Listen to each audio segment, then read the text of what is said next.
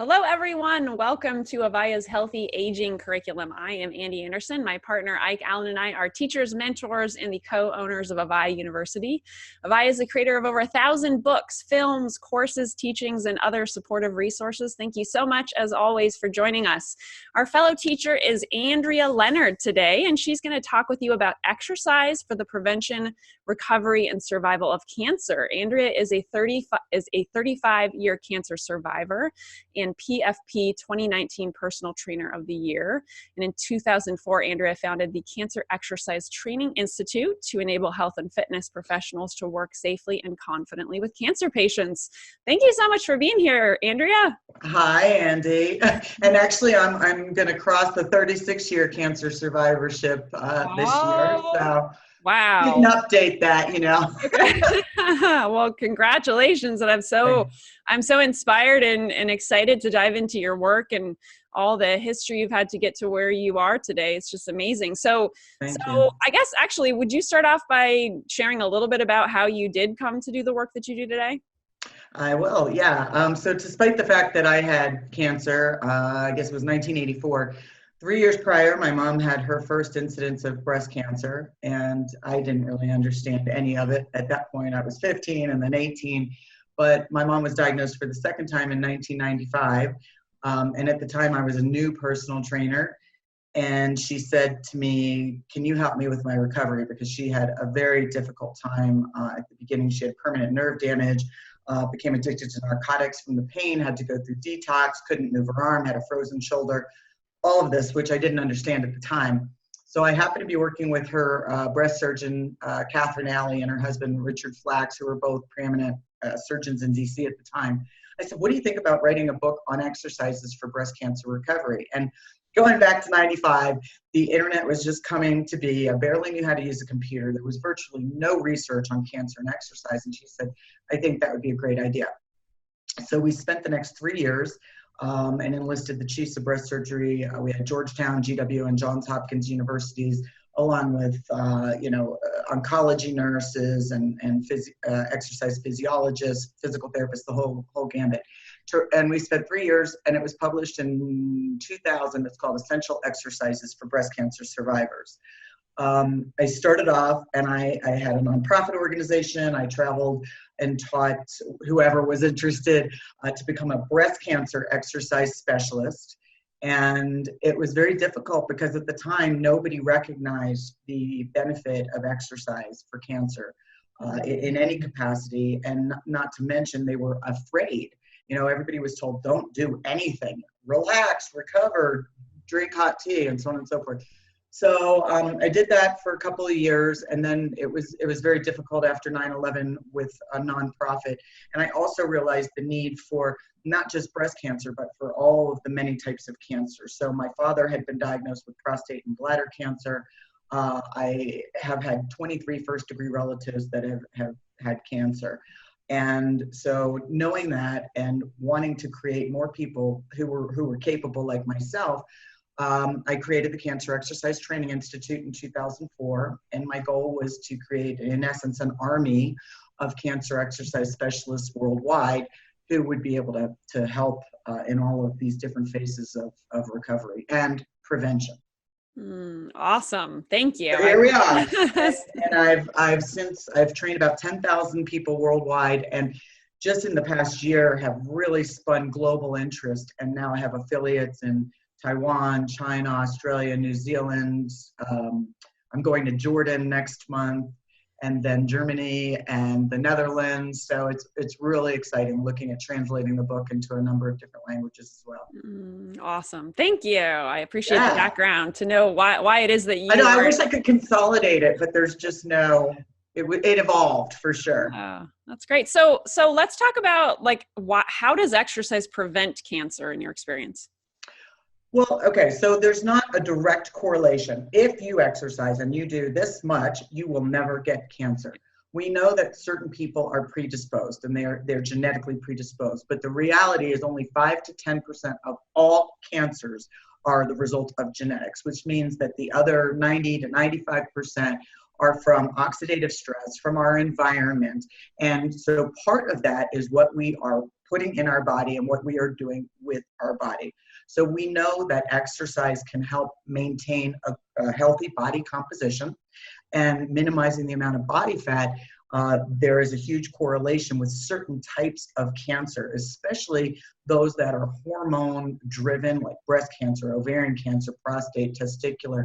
Body composition can play a huge role. So while we can't say that if you do this much exercise or you have this much body fat, you won't get cancer, it's going to reduce the chances not only of an initial occurrence, but also of recurrence.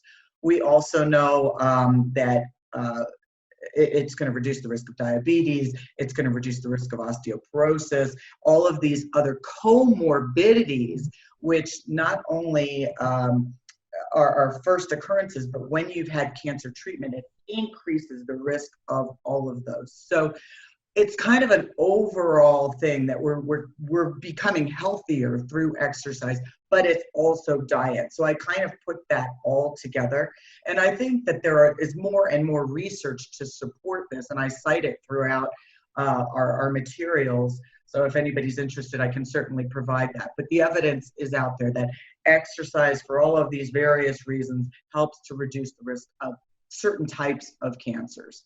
Got it. Awesome. So let's address perhaps something that's coming up for people. What if people don't like exercise or I too love exercise. We were talking about this, before we started the interview, and you snowboarding, and I mean, I'm obsessed with it, and I totally understand, right, that some people don't like it, and or they have some kind of physical limitation. So right. What suggestions do you have for those people?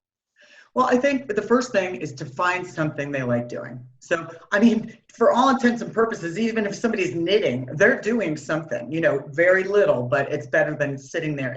And also, if you keep your hands busy, it may keep you from eating, it may keep you from smoking, right. Drinking alcohol, which is also related to many types of cancer and can exacerbate for those who already have it.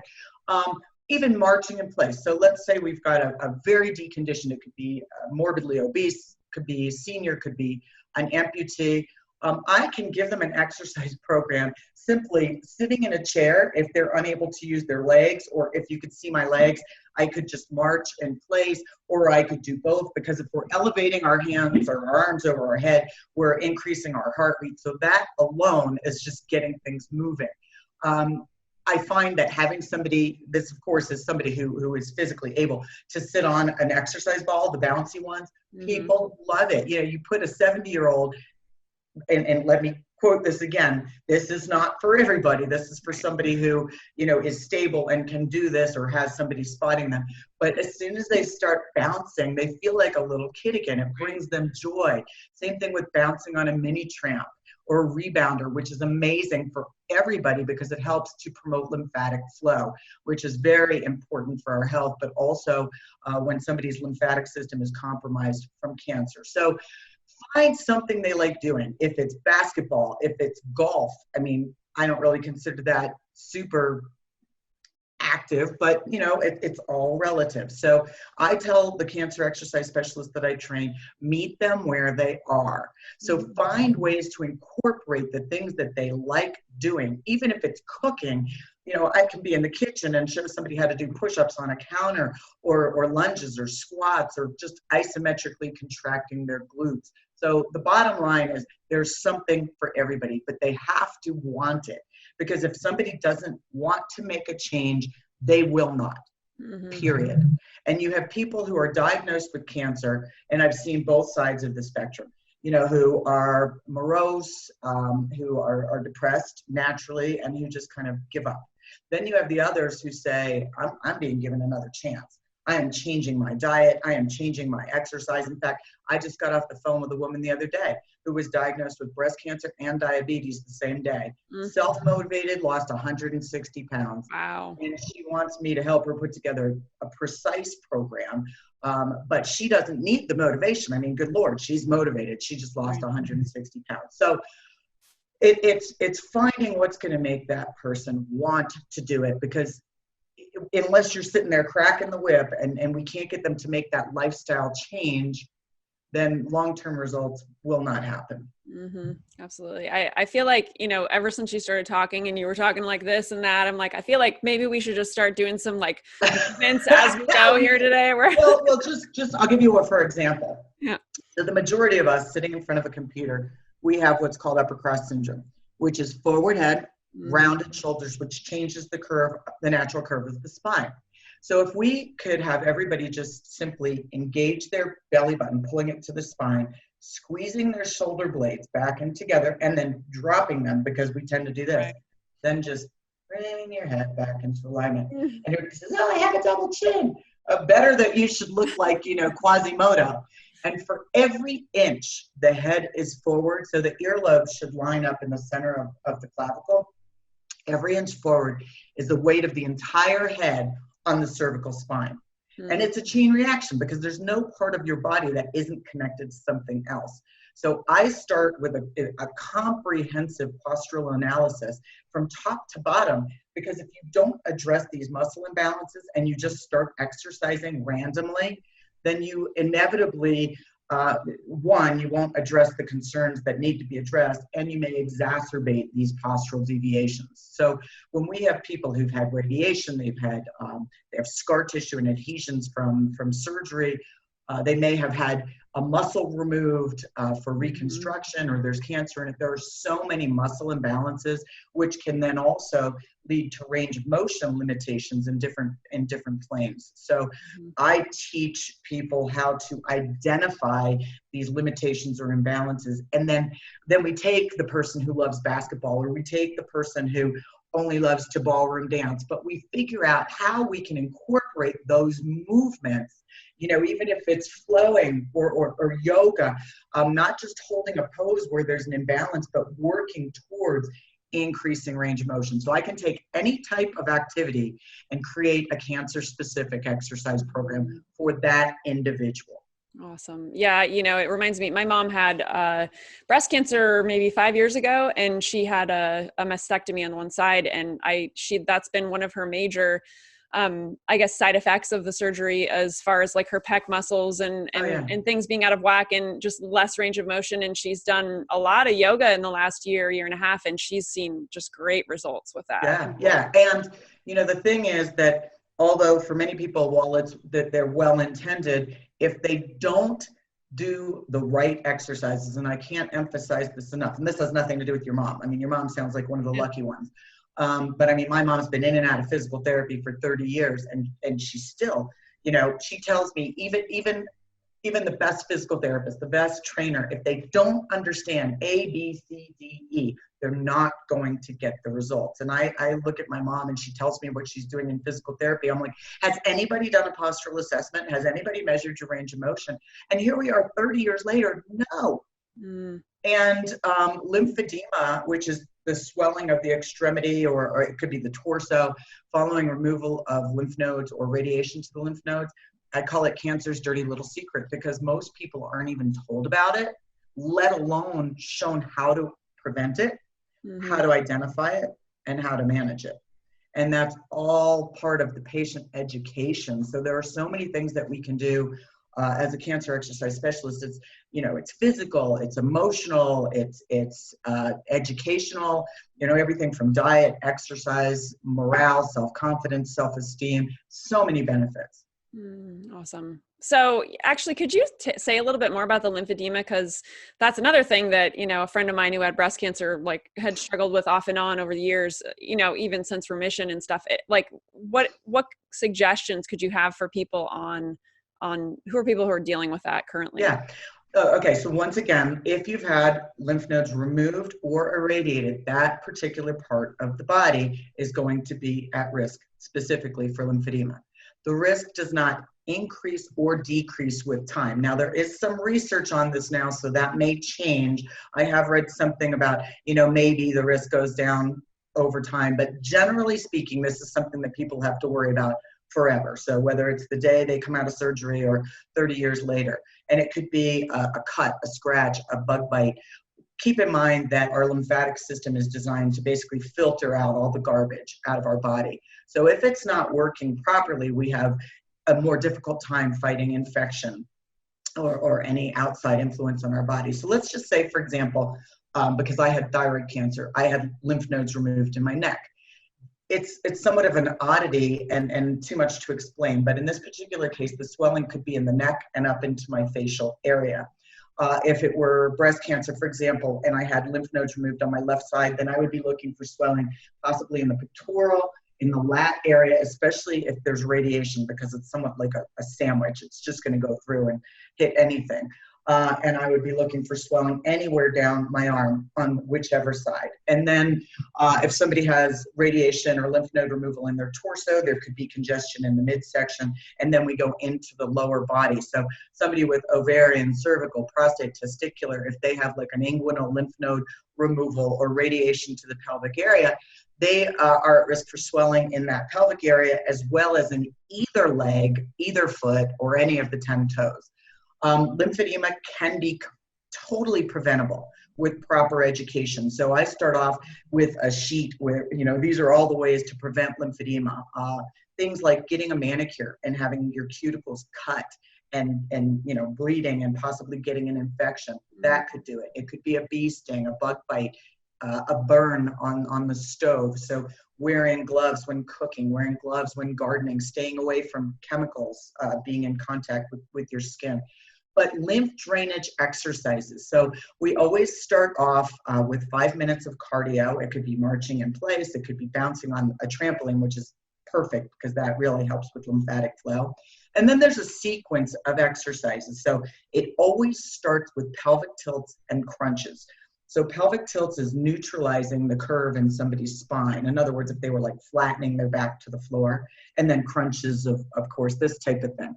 If somebody can't do that, if they can't get to the floor, quite frankly, although it's not quite as effective, they could do this sitting here and even just bearing down and feeling that contraction in their abdominal muscles, or using an exercise ball to press down on.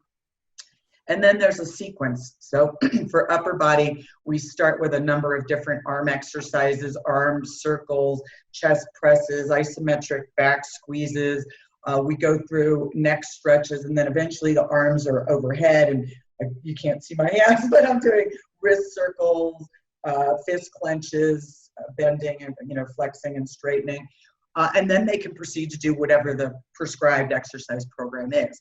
And then for somebody with lower extremity lymphedema, or the risk of, they would lie on their back facing upwards, of course. They would start with the pelvic tilts, the crunches, and then they do knee flexion and extension, raise their legs up, do it with their feet, foot circles, pointing and flexing, in this series that prepares the body for exercise. So if anybody's interested in more information about that, I can certainly make that available to you. I can provide you with that handout, but it's also in all of the material. In fact, we have a little book, really inexpensive book on our website. It's just called Lymphedema. In fact, I don't even remember what the exact subtitle is, but it gives you all of those in there. So it's a nice little something to have. Got it. Thank you. I appreciate you going into detail on that a little bit further, because I know that's a struggle. Not too much. No, that's perfect. So for people watching right now, whether they have had cancer, or they currently have cancer, or they're trying to prevent cancer in the future, what type of exercise do you recommend? What intensity? How often? Obviously, it's individual for people, but what kind of suggestions could you share? Now we're talking about preventatively, or people who already have cancer? I guess both. Okay, let's start with prevention. I mean, prevention, we don't know. There's no specific concrete equation that says if you do this, you're not ever going to get cancer. Because we know for a fact that some of the most fit people in the world have ended up with cancer. And for example, I have no genetic predisposition to breast cancer. I don't have the BRCA gene, and so on and so forth. Yet my mom's had breast cancer 3 times. My father has, all 4 of his brothers had prostate cancer. My mom's brother has prostate, I could go on and on. So there's something else. There's either an unidentified gene, or, something environmentally. It's like Aaron Brockovich, why do people in certain areas tend to get certain types of cancer? So while we don't really know exactly, just get moving. I think the most important thing is to get the lymphatic system and fluid moving appropriately, so that it can help defend your body against infection. Eat healthy. but move. I mean, let's face it, if you have 50 pounds of extra body fat, you're putting all of that strain on your heart, you're putting it on all of your organs, and you're predisposing yourself to a number of cancers. You know, and I mentioned the hormone-driven ones, but we've also got the stomach cancer, colorectal cancer. Everything you're doing, the smoking, the drinking, putting all of these toxins in our body, that's what creates oxidative stress, and it changes us on a molecular level, changing our DNA. So you have inherited, you know, types of cancer, but then you have those that are changes over a lifetime from our environment. So I would say if you're doing nothing, I don't care if you start marching in place 5 minutes a day and build that up 1 minute at a time. If you can get out and walk, get out and walk, breathe the fresh air, or if the air stinks, get on a treadmill. Just move. Your body is designed to move. You know, when we go back to our ancestors, and before technology, before everything that made our lives so easy, we didn't have the obesity epidemic. I just got back from 3 weeks in Asia. People walk. They walk everywhere. I didn't see a single obese person there. So I think we have to look at our diets compared to those in other countries that do not have an obesity problem, that do not have the same, number of incidences of cancer, although it is globally, everywhere there are high levels of cancer, just different types of cancer. So that's the prevention. During treatment, exercise can actually decrease pain, increase energy. So I think it's like 72% of all cancer patients will have terrible fatigue. So we can increase the energy, we can increase their self-confidence, their self-esteem. It will help with sleep. If they don't sleep, they cannot heal. So I have to ask myself, why is every cancer patient not told to move? Right. If we know that it's going to minimize their pain, help them sleep, which is going to help them heal, and just overall make them feel better and have them give them more energy. Plus, it can help with activities of daily living. So we take for granted being able to squat. And I'll say to people, okay, we're going to squat. Oh, I can't squat. My knees are bad. Really? How do you go to the bathroom? How do you get on and off of a toilet? You're squatting. So we're all squatting throughout the day. You're getting in and out of bed, in and out of a chair, in and out of your car. The key is to show someone how to do it properly so that their biomechanics are efficient and they're not deteriorating their joints more, because we have all done it over time. So I teach people how to do these activities of daily living with good form so that they can do what they have to do every day and not hurt. It can help to increase range of motion, which we talked about breast cancer. Many women after breast cancer, they've got an incision here, they've got an incision here. They have a very difficult time moving their arm through various planes of motion, which can affect reaching into a cupboard, scratching your back, drying your hair, putting on your bra, whatever. Things that we take for granted. That's just breast cancer, but we can talk about any different cancer. Somebody, testicular cancer, prostate, cervical, ovarian, they've got lymphedema in their groin. It limits their ability to move their legs, so on and so forth. So we're getting them back to where they were before cancer, sometimes even better, because if somebody was inactive, anything they do is better than nothing. We're also long-term helping them to prevent osteoporosis and diabetes, which are both linked to chemotherapy, damage to the heart and lungs from chemo and radiation. We're helping to prevent future cancers, heart disease, make them generally a healthier, more vibrant person. There's that's just like the skinny, right? We could expand, but once again, we have to teach them how to do it properly. So, you have people who exercised before that want to get right back into it. They do too much too fast.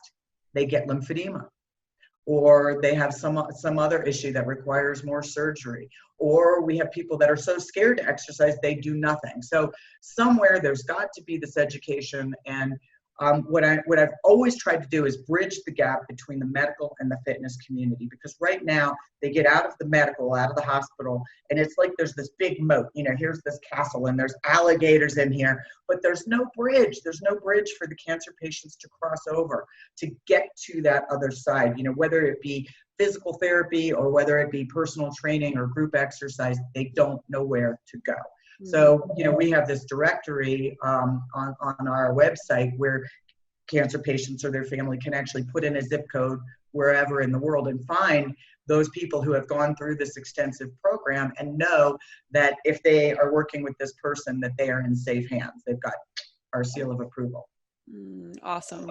Bridging the gap between the medical and physical community. Is that what you said? Yeah, health and fitness, medical and fitness. In fact, Sunday I have two colleagues coming in, Dr. Jay Harness, who is a world-recognized breast surgeon, and Regan Fedrick, who I actually was in one of my trainings almost 20 years ago, and she runs Sunflower Wellness in San Francisco. She does more of the clinical setting, so we are going to collaborate on how Dr. Harness can speak to the medical community, and we bring in this kind of, immediate rehab and then the post rehab through Reagan and I, and position everyone so that this is just a natural progression. It should be mainstream. This shouldn't be some people get it, some people don't. And that's where we're at right now. Right. Everyone deserves to know about the power of exercise. Absolutely. Absolutely. And there are many studies now that are coming out that show long-term survivorship increases considerably for those people who exercise regularly. And American College of Sports Medicine this year just put out kind of the new standards of, how much, whether it's 150 minutes a week of moderate intensity exercise or 75 minutes of high intensity and so on and so forth. But keep in mind that those are still general principles that every individual needs to be looked at, because regardless of if you have two women, same age, they could be identical twins. They both have bilateral mastectomies with abdominal tram reconstruction, radiation. They're going to respond differently. So it makes it very difficult, even though it's well intended to have, a cancer exercise class at the local community center. Yes, it's better than nothing, but sometimes it's not, because if they do something that could exacerbate a range of motion limitation or a postural deviation or rip through. There are just other things that need to be taken into consideration. So my goal, and thank God there are so many people in the world, otherwise I may not have a long life. My goal is to train someone in every city, every state, every country, so that everyone in the world has access to a cancer exercise specialist. And then, trying to bring in the other piece where we can get financial assistance to those people who can't afford it. But even if it's one session, just one session where someone like myself can put together an individualized program that they can do at home, that's a tremendous gift. And it will happen. I love your energy and passion. It's just awesome. I can thank you. But, I look at my 6'4" son or whatever, however tall he is, and I go, okay, I started this when he was in my belly, and he's 24 now, and it has been a long uphill journey. And this year, I can't tell you, I thank God and the universe every day that there's finally awareness and people are coming to recognize the importance of this. But we still have a ways to go, because it's like I can put this in front of people, but if they can't afford it or they don't have access to it, then it doesn't do them any good. So we've got to find a way that everybody has the opportunity to get this education. I love it. So here's my one last question, I guess, before we talk about a gift you have for everybody and something else. So what does healthy aging mean to you? It's a pretty broad question. It is. But I think, and I'm fighting it, I just turned 54 yesterday, and you realize things change. No matter how good you look, your joints are deteriorating, thousands of years ago, 100 years ago, whatever. People didn't live as long as they do now. And so, we're doing all these high impact activities that take a toll. So I look at it personally, like unhealthy aging would be not exercising, not eating right, basically not having a quality of life.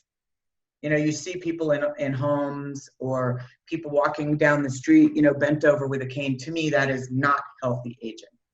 Healthy aging is maintaining control of your mind and your body, and considering everything that you do from the minute you wake up, that everything you put in your body or everything you do with your body is going to have an effect, on the outcome of your life. So healthy aging is making a conscious choice to live well. Beautiful. That is off the cuff. I didn't even plan that. I know. I like to throw that stuff out at people sometimes. It's good. True. And to be honest, I've seen firsthand not to throw my mom under the bus, but I mean, she's 81 and God help her. She's, survived 3 cancers, but after spending several weeks with her, we might eat like once a day because she stays up until 2 a.m, which is not healthy. She's not getting enough sleep.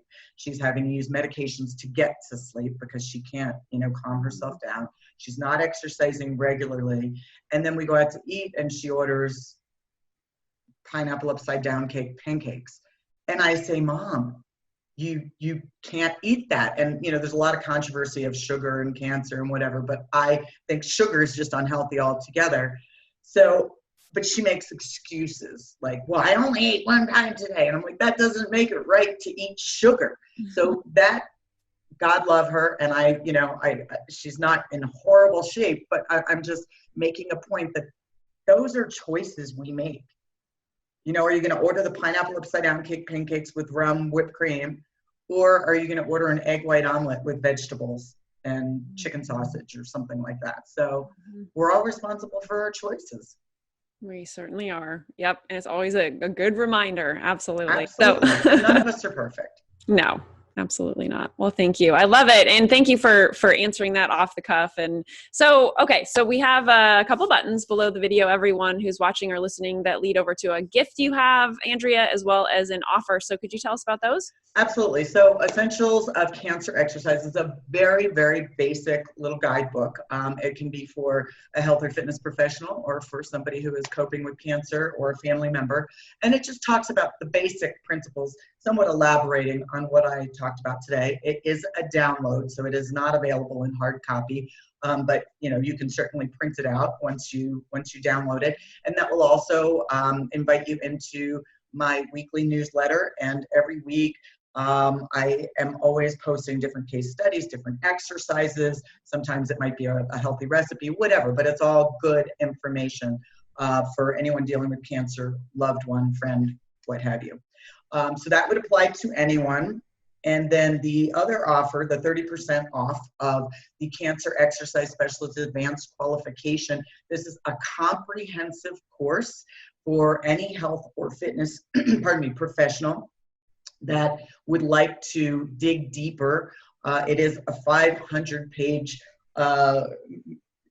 book, but it's downloadable book. So in 4 modules, videos, PowerPoints, you name it. And at the end of the study, there's a comprehensive examination, and then somebody who passes with 80% or better becomes a cancer exercise specialist. And the Cancer Exercise Training Institute, it will help to market them because we want the cancer patients to know how to find us. So hopefully if somebody's out there that really wants to make a difference, I do have people that ask me, they say, well, I don't have a health or fitness background, but I've gone through all of this myself. I'd really like to do this. And I do allow for people to take the course, but I also encourage them kind of either before or after to also get a personal training certification or something to give them more background, because it's very comprehensive with anatomy and biomechanics and all physiology and all that. Awesome. Thank you. Excellent. I appreciate that. That's an amazing opportunity for people to help others in this realm. So are there any last insights before we wrap up, Andrea? Anything else? I think as a 36-year cancer survivor, somebody who, my mom has stage 4 breast cancer. I lost my dad 5 years ago. I see my husband work too much. People think I live the life of Riley, and I've set myself up in a way that I can, where I can do what I love from anywhere in the world. And here, let's just turn this real quick. So I don't know if people can see the snow coming down. And I have created a life for myself that I love and that I can do the things I enjoy, you know, whether it be relaxing by a wood-burning fireplace or looking at the snow fall down. And that empowers me. Too many people wait for tomorrow. We don't know. Forget about cancer. None of us know if there's going to be a tomorrow. Right. Live your life, you know, get one day a week, let yourself eat whatever, but, you know, live in moderation, but don't wait for tomorrow. Don't go to bed angry. Say I love you to the people you love. Give gratitude and be thankful for the things you have and live your true life. That's my, I noticed that Jack Canfield was one of your speakers, and I love Jack Canfield and The Secret and the laws of attraction, chicken soup for, you know, all of those things. Really, I mean, they resonate. So don't wait for tomorrow, people. Live your life. Absolutely. That's it. Perfect. Perfect ending note. I love it. Thank you so much. You're just awesome. Thanks for having me. I love your passion, again, enthusiasm, and thank you so much for the work that you do. And everyone watching, thank you so much for being here, for showing up for yourself and opening up to this message. And we'll see you again real soon. Take care, Thanks everybody. for doing what you do, Andy. Thank you. Right back at you. Bye-bye. Bye.